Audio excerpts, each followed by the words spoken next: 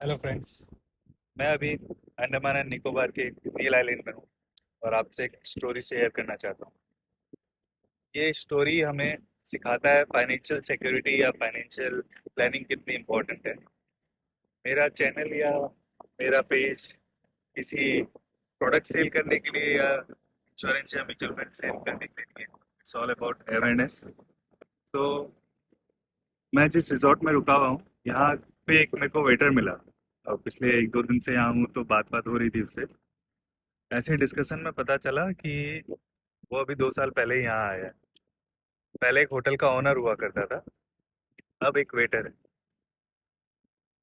Difference is उन्होंने उसने जब अपनी बताई कहानी कि क्यों हुआ कैसे हुआ, ना वो अपना प्लेस रिवील करना चाहता है कहाँ रहता था, ना अपने बारे में कुछ ज़्यादा पर्सनल डिटेल शेयर करता है, जिससे जहाँ तक मुझे लगता है वो हाइड आउट पे है अभी।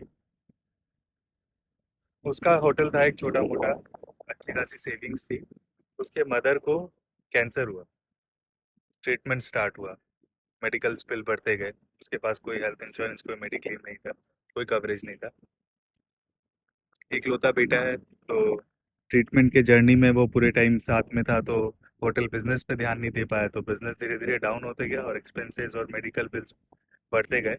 टोटल उसके, उसने जैसे बताया, कुछ 46 लाख रुपीज स्पेंड हुए ट्रीटमेंट में। उस दौरान उसका होटल पूरा खराब हो गया बिकॉज वो ध्यान नहीं दे रहा था, तो बिजनेस में लॉस हुआ। फिर उसके सेविंग्स खत्म हो गए। एट द एंड उसको होटल सेल करना पड़ा।